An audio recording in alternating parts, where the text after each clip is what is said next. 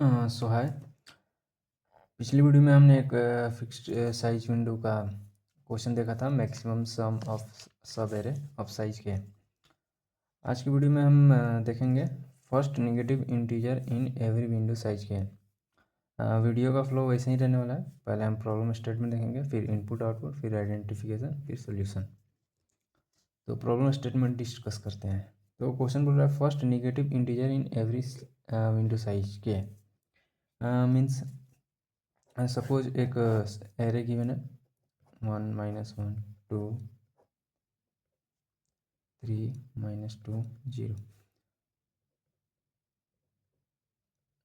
Suppose ये एक array given है एंड विंडो का साइज के इक्वल टू 3। तो क्वेश्चन बोल रहा है कि every size every window size of 3 find first negative integer. Means 3 size की अगर हम विंडो ले रहे हैं, ये सपोज अपन फर्स्ट 3 साइज का एक विंडो लिए, तो इसमें फर्स्ट जो यहाँ से ट्रेवर्स करेंगे तो फर्स्ट नेगेटिव नंबर कौन है। तो इसमें तो एक ही नेगेटिव नंबर है -1। सपोज अगर ये -2 भी होता तो फर्स्ट नेगेटिव नंबर कौन सा होता हम लोग का, -1 ही होता। तो हमको एक वेक्टर में रिटर्न करना है। तो इनपुट आउटपुट ऐसा ही रहेगा। इनपुट में आपको एक एरे गिवन होगा, फिर विंडो साइज गिवन होगा। Window size means size of सब एरे के, और आउटपुट में आपको बताना है एक वेक्टर रिटर्न करना पड़ेगा जिसमें एवरी विंडो साइज ऑफ के फर्स्ट नेगेटिव नंबर स्टोर हो उसमें। तो इसका अगर आंसर निकालें तो फर्स्ट विंडो के लिए 3 साइज के फर्स्ट नेगेटिव नंबर -1, फिर अगले विंडो के लिए फिर जो ये अगला विंडो आएगा -1, फिर हम अगला विंडो लिए तो -2, फिर हम अगला विंडो लिए फिर -2। तो ऐसे करके फिर इसके आगे तो एरे ही नहीं रहा। तो ये हम लोग का आंसर हुआ आउटपुट। आइडेंटिफिकेशन पे चलते हैं। आइडेंटिफिकेशन में मैंने आपको बताया था कि जब भी सब एरे का बात हो, सब एरे का, तो स्लाइडिंग विंडो से ही सॉल्व होगा वो। तो आइडेंटिफिकेशन क्लियर हो गया। अब सोल्यूशन पे चलते हैं। हाँ, सोल्यूशन में हमको एक एरे गिवन है 1 -1 2 3 -2 0। तो मैंने आपको फिक्स्ड साइज स्लाइडिंग विंडो का टेम्पलेट समझाया था कि हम पहले वेरिएबल्स को इनिशियलाइज करते हैं। लेकिन इस क्वेश्चन में ट्विस्ट ये है कि आपको डेटा स्ट्रक्चर के बारे में भी सोचना पड़ेगा, क्योंकि हम ट्रेवर्स करेंगे तो ये -1 स्टोर कर कहीं तो भी करेंगे ना। तो उसके लिए हमको डेटा स्ट्रक्चर सोचना पड़ेगा। तो आप सिंपल हर एक क्वेश्चन में आप ये ट्राई कर सकते हैं कि हर एक डेटा स्ट्रक्चर को यहाँ पे लिख दें, array, stack, link list, Q, और फिर एक एक करके आप सोचें कि क्या ये डेटा स्ट्रक्चर इसमें अप्लाई हुआ कि नहीं हुआ। तो आप इसमें देख रहे हैं कि हमको एक ऐसा डेटा स्ट्रक्चर चाहिए जो सपोज देखिए -1 आया पहले, फिर इसके बाद यहाँ पे हम लोग जाएंगे, फिर इसमें भी -1 आएगा, फिर हम इसमें जाएंगे, फिर -2 आएगा, फिर हम इसमें जाएंगे -2 आएगा। तो हमको एक ऐसा डेटा स्ट्रक्चर की नीड है जिसमें हम सामने से इंसर्ट भी करें और सामने से पॉप भी करें। तो ऐसा कौन सा डेटा स्ट्रक्चर है, क्यू। तो हम इसमें क्यू का यूज करेंगे। अभी आपको समझ में नहीं आया होगा कि क्यू का कैसे यूज कर रहे हैं। जब आप प्रॉब्लम को ड्राई रन करेंगे, समझेंगे उसको, तब आपको समझ में आएगा कि अच्छा, इस प्रॉब्लम में हम ये डेटा स्ट्रक्चर अप्लाई कर सकते हैं। तो अभी आप क्वेश्चन देखिए, फिर आपको आगे चल के समझ में आएगा। तो मैंने टेम्पलेट समझा था, पहले क्यू को इनिशियलाइज कर लेते हैं। क्यू एंड क्यू, फिर एक वेक्टर हमको रिटर्न करना है, तो उसके लिए एक वेक्टर इनिशियलाइज करना पड़ेगा। आंसर ठीक है। तो int I 2 pointer and int J, फिर यहाँ पे हम वाइल लूप लिखेंगे, while J less than size, array का साइज।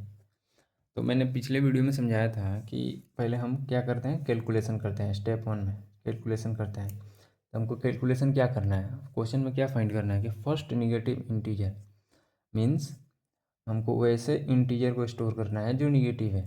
और फर्स्ट है कि नहीं है वो बाद में हम कैलकुलेट करेंगे, पहले हमको ये स्टोर कर लें कि कैलकुलेट कर लें कि कितने निगेटिव इंटीजर हैं इस स्लाइडिंग विंडो में। तो हम कैलकुलेशन साथ साथ करते जाते हैं और विंडो भी साथ साथ बढ़ाते जाते हैं। तो यहाँ पे कंडीशन लगेगा if ARR of J less then 0, तो उसको क्यू में पुश कर दो, ARR ऑफ जे, ठीक है, हो गया। फिर यहाँ पे हम विंडो को बढ़ाएंगे जब तक साइज हीट ना कर जाए। तो if J minus I plus 1 less than के, जे को इंक्रीज करेंगे, करते रहो। फिर जब यहाँ पे विंडो का साइज हीट हो जाएगा तब यहाँ पे हम आंसर निकालेंगे। तो अभी हम ऊपर यहाँ कैलकुलेशन किए क्या कि जो भी निगेटिव इंटीजर आ रहा है उसको हम स्टोर करते जा रहे हैं क्यू में।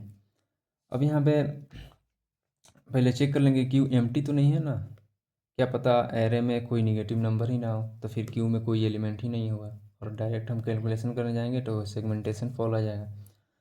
तो पहले हम चेक कर लेंगे क्यू एम्प्टी नहीं है। हम देखिए अभी यहाँ पे आंसर निकालेंगे। तो आंसर में हमको क्या निकालना है कि अगर सपोज ये एक सब एरे है 1 -1 और 2, तो जब यहाँ पे कंडीशन चेक हुआ होगा कि ARR of J is less than 0, जे यहाँ पे है तो 1 जे से लेस देन नहीं है, ठीक है, आगे बढ़े, जे यहाँ पे आगे बढ़ा, फिर जे यहाँ पे है -1 निगेटिव है तो क्यू में पुश हुआ, -1 आया, ठीक है। फिर यहाँ पे जे गया, फिर जे यहाँ पे गया तो ये दो निगेटिव नहीं है तो क्यू में पुश नहीं हुआ।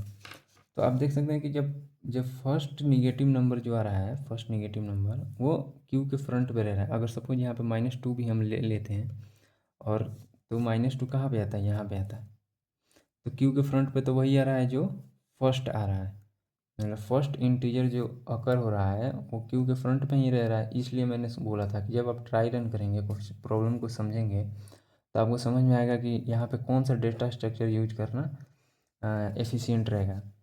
तो क्यू यहाँ पे सूटेबल है क्योंकि हमको पहला निकालना है। तो जब ये पहला बार आ रहा है -1, पहला निगेटिव इंटीजर, तो हम क्यू में पहला स्टोर कर सकते हैं और फिर हम आगे से भी पॉप कर सकते हैं। तो यहाँ पे हम आंसर में पुश कर लेंगे, आंसर डॉट पुश बैक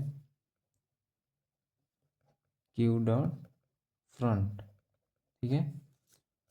अब देखिए अब आंसर निकालने के बाद हम क्या करते थे, विंडो को स्लाइड करते थे और विंडो स्लाइड करने से पहले क्या करते थे, जो कैलकुलेशन आई का हुआ है उसको हटा देते हैं। तो आपको इसमें चेक करना है, सपोज यहाँ शुरुआत में तो आई यहाँ रहता है और तो आपको चेक करना पड़ेगा ना कि जो ये आई वाला ith एलिमेंट है वो कैलकुलेशन में इन्वॉल्व है कि नहीं है। तो इसको चेक करने के लिए आप क्या करेंगे, if ARR of I equal to q dot front, क्योंकि कैलकुलेशन हमारा तो क्यू में ही हुआ है ना, क्यू में कैलकुलेशन हुआ है। तो ARR ऑफ आई अगर क्यू के फ्रंट में फ्रंट के बराबर है तो उसको तो निकालना पड़ेगा, क्योंकि हम विंडो को स्लाइड कर रहे हैं और विंडो को स्लाइड करते हैं तो ये आगे बढ़ता है यहाँ पे और ये निकलता है। तो इसको निकालने से पहले हमको इसका कैलकुलेशन निकालना पड़ेगा ना। तो अगर ARR ऑफ आई क्यू के फ्रंट में है, ठीक है, अब यहाँ पे तो आई आई इनिशियली यहाँ पे तो 1 तो है नहीं क्यू में, तो फिर हम ऐसे ही आगे बढ़ जाएंगे। लेकिन जब आई यहाँ पे पहुँचेगा तो आपको ये निकालना पड़ेगा। तो अगर ARR ऑफ आई क्यू के फ्रंट के बराबर है तो आपको क्यू डॉट पॉप करना है, फिर आई प्लस प्लस जे प्लस, विंडो को स्लाइड करते जाएंगे, फिर यहाँ पे रिटर्न आंसर करने। आई होप आपको समझ में आया होगा। आप मेरे सेटिस्फेक्शन के लिए मैं एक बार और समझा देता हूँ। हाँ, सपोज ये कह रहे हैं 1 -1 -2 0 3, विंडो का साइज दिया है 2, समझ में आया? तो हम क्यू में स्टोर करते हैं, ठीक है। पहले हमने क्यू बनाया, ठीक है। तो पहला विंडो हीट किया 2 साइज का, ठीक है। उतना तो आप समझ ही गए होंगे कि विंडो कब हीट करता है। जब तक हीट नहीं करता तब तक हम पॉइंटर को बढ़ाते जाते हैं, जे पॉइंटर को। जे यहाँ पे आया, विंडो हीट कर दिया। तो पहला विंडो हीट किया, तो हमने क्यू में पहला जे को कंडीशन पे चेक किया कि निगेटिव है कि नहीं है। तो 1 2 निगेटिव नहीं है, तो जे आगे बढ़ जाएगा। फिर जे यहाँ पे आया, -1 को चेक किया, निगेटिव है क्या, ठीक है। तो इसको क्यू में पुश कर दो, -1 आ गया क्यू में। जब और यहाँ पे विंडो साइज भी हीट हो गया, k = 2 दिया है। तो आंसर निकालने के लिए हम क्या बोलें कि जो फर्स्ट बार आया होगा निगेटिव नंबर, वो क्यू के फ्रंट पे ही होगा, क्योंकि क्यू का बिहेवियर ही ऐसा है कि ये फर्स्ट इन फर्स्ट आउट करता है। जो पहले आया वो पहले पहले पे ही रहेगा, क्योंकि फर्स्ट इन फर्स्ट आउट आप जानते हैं क्यू के बिहेवियर। तो यहाँ पे हम आंसर में पुश कर लेंगे क्यू के फ्रंट को, ठीक है।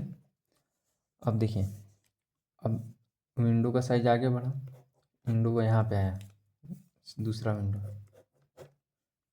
जे यहाँ पे आया, -2 इंसर्ट हुआ। अब उससे पहले हम ARR ऑफ आई जो है, जो ये आई है यहाँ पे, इसको स्लाइड करेंगे आगे और चेक करेंगे कि ये वाला जो ith एलिमेंट है, जो आई पे जो एलिमेंट है, वो कैलकुलेशन में इन्वॉल्व है कि नहीं है। हमारा यहाँ पे कैलकुलेशन क्या है, कैलकुलेशन हमारा ये है कि क्यू में हम इंसर्ट कर रहे हैं कौन सा नंबर, जो निगेटिव है। तो जो ये 1 है वो तो क्यू में प्रेजेंट है नहीं, तो हम ऐसे ही आगे बढ़ जाएंगे i++। इसलिए तो मैंने कंडीशन लगाया था कि ARR of I equal to q dot front होगा, तभी हम क्यू को पॉप करेंगे, मतलब फ्रंट से पॉप करेंगे। पॉप तो फ्रंट से ही होता है क्यू में, इसलिए हमने ये कंडीशन लगाया था। आई होप आपको समझ में आया होगा। Thank you.